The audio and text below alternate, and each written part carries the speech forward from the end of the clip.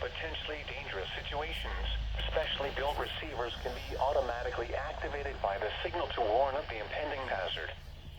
Test of the signal and receiver's performance are normally conducted by the National Weather Service every Wednesday between 11 a.m. and 12 noon.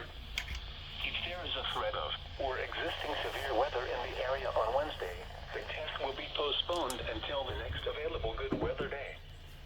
Problems with reception of this broadcast, normally more noticeable at greater distances from the transmitter, can occur even though you are using a good quality receiver in perfect working order. To provide the most consistent and dependable warning service possible, the warning alarm will be activated for hazardous watches and warnings for the following counties: Brazoria, Chambers, Galveston, and Harris. Repeating, this is a test of the NOAA Weather Radio's warning device.